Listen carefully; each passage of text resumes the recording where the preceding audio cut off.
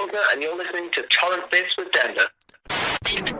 Hey guys, Dando here for Torrent This Radio. Now I'm joined on the line by one of Britain's most successful musicians in recent times. His debut album, Hand Built by Robots, saw him become an overnight global success with the single Dream Catch Me. He's since released 2 more albums, including his latest chart-topping Write It On Your Skin, and is set to tour Australia this April, including a gig in Geelong at the Yarra Hotel on April 13th. I'm of course talking about none other than Mr. Newton Faulkner. Newton, thanks for your time, mate, and how's things? Well, indeed, all is good. I'm just playing guitar. It's really nice. Oh, really? Yeah, that's pretty much all I do at the moment. Yeah. Basically what I'm trying to do at the moment is go back to the way I wrote the first album. Yeah. Which, at no point when I was writing the first album I wasn't actually trying to write songs. I was just writing guitar parts. Yeah. So I'm kind of trying to go back to doing that. It's pretty fun. Do you still enjoy writing music? Oh yeah, no, I absolutely love it. Yeah. Well, your second album wasn't as successful as your first, particularly in Australia. Do you think with the third album you've gone back to your roots with the first album? I took a step back towards my roots. There's further. I actually want to go back and actually past my roots. Yeah. On the next one, I'm going to go because the first album is quite stripped back, but still nowhere near as stripped back as as I could be. Especially with I've made massive leaps in the way that I'm recording guitar. I've managed to make guitars sound considerably fuller. So I don't think I need to put anything else on the next one. It can just be vocal guitar. Yeah. How fun was it recording an album in your underpants? I highly recommend it. Yeah.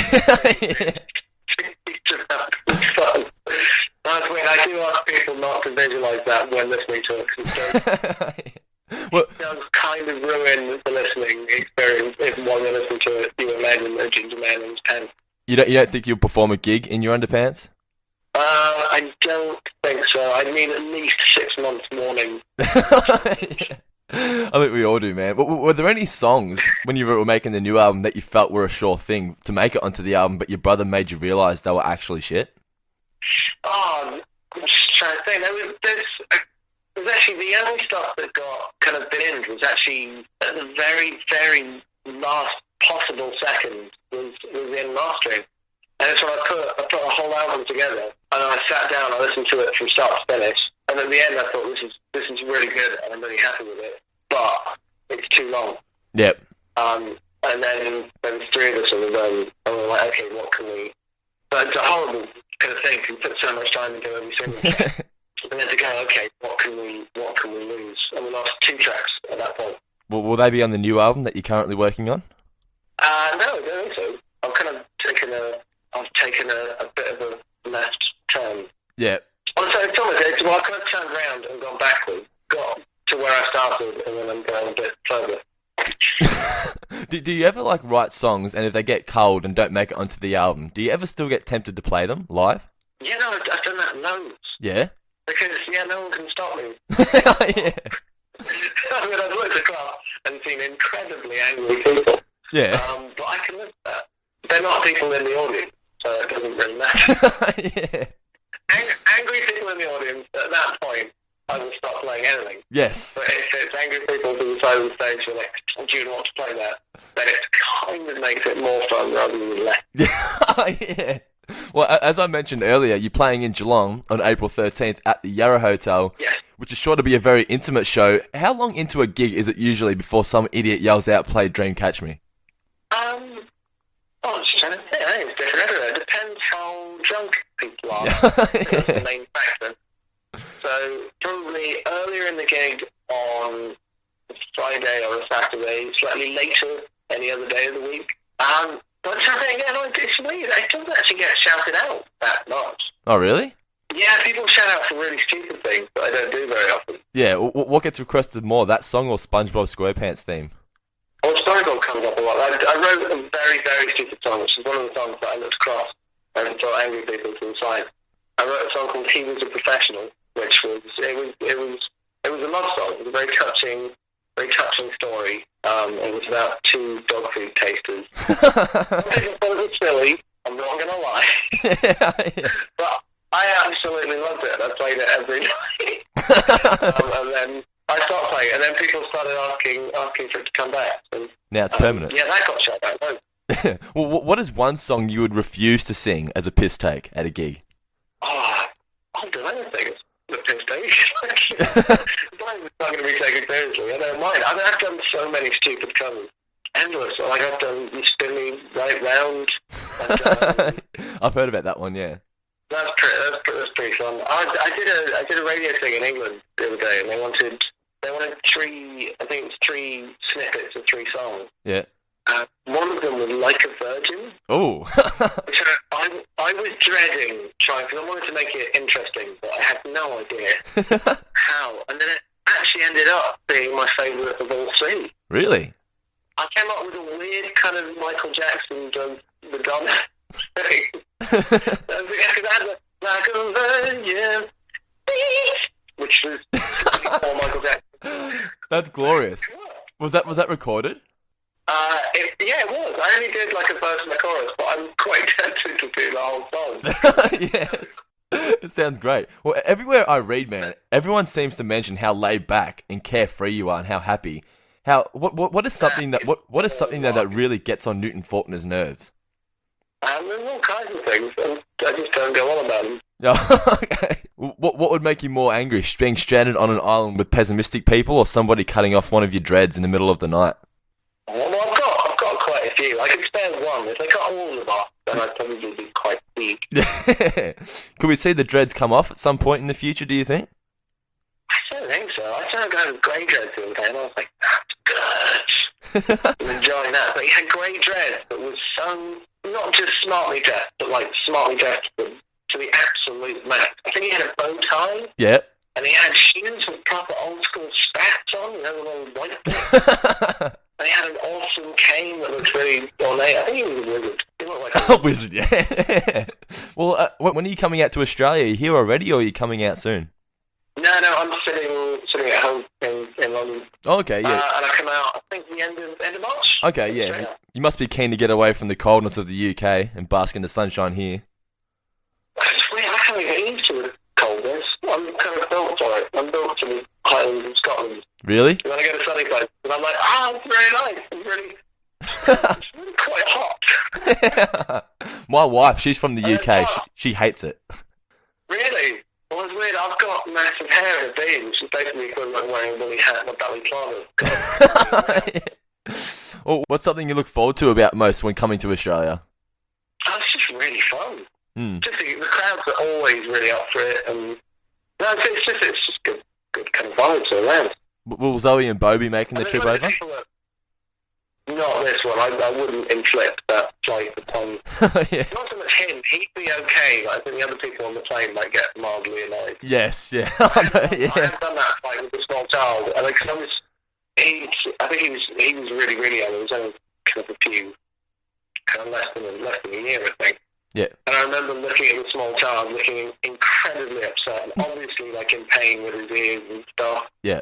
On the plane, I looked at him and I was like, that does not look fun. Yeah. Let's not inflict that upon. Unless it's actually, if I was over for a really long time, then definitely. But it's what, a couple of weeks? Yeah, not long. Well, so it's not a ridiculous amount of time to be away. Yeah. Well, how long do you think it will be before you put a guitar in his hands? Oh, I've already done that. Oh, you've already done that? Yeah, he's actually got a really similar playing style. Oh, really? Yeah. I was quite impressed. We kind of just came on to it and started going, bucket, kind of tapping it and like hitting bits of the body. And I was like, hey, that's exactly what I do. Yeah. Yeah. The apple doesn't fall far from the tree. Definitely not. He's so into music. It's awesome. His favourite band is The Meters. Oh, really? Pretty cool. That is pretty cool. Yeah. All right, man. We'll just a couple more questions, and I'll let you on your way. I know you're a very busy man. It's where do you see yourself on both a personal level as well as your career in 12 months' time? In 12 months' time, I'll hopefully have another album finished. Yep. I have another album finished. I'm recording it. I'm actually thinking of recording it myself. Oh, beautiful. So I'm getting really good results, and I've got just a much bigger. It's really weird because guitar sounds so big live, especially my guitar sound live is really kind of But then when I was listening back to old recordings, and it sounds so small and tiny, and I was like, oh, there must be more to be had. And I've actually got a really big acoustic guitar sound at home now, which I think I might utilise. Does it cost more to record your own album? It depends who you pay to make it if it's not you. Yeah. But I think, no, it should... I mean, that's not why I'm doing it. I'm not doing it to save money. I think I'll just do it myself because it's much cheaper. And no, I'm just genuinely getting good results. And also, I think the way that the last album was recorded was a much more kind of relaxed process, and I didn't spend much time behind a panel of glass looking through at people with a big red light on. Yeah. I spent a lot of time sitting next to computers with my guitar and hitting record myself, and a lot of the guitars were recorded by me anyway. Yeah. But I think I've got better. I've got some new bits of gear. So. And you got to sit in your underwear. Yeah, I might get dressed for this album. Okay. Maybe get a really nice dressing gown. All right, man. Just one last question. This is the one I asked to everyone. It's what advice do you have for all aspiring songwriters and musicians? Oh, it's quite hard. I guess at the moment, well, there's stuff that's kind of topical for doing music right now, and then there's stuff that is kind of just obvious but kind of does get forgotten. It's just really enjoy it. I mean, the one thing that I always get really confused by is when I see bands live who don't like playing live. Yeah. And it's so not fun. I really feel it's just weird. So I saw someone live there, and you could tell that they just didn't want to be there. It was just horrible. Yeah. I didn't like it, so just enjoy it. And I think the same goes for recording as well. Just try and have as much fun as possible, and I think that does kind of seep into the music and makes it more enjoyable to listen to. Yeah, that's exactly right. And then, at the moment, Facebook and Twitter and all that stuff is, if you can harness it, it's an amazingly useful tool. Yeah, how important do you think it's been to your career so far? Massively. No, the last album wouldn't have been number one in the UK without Facebook and Twitter. You reckon? Massive. No, I don't think so. Because that was a huge...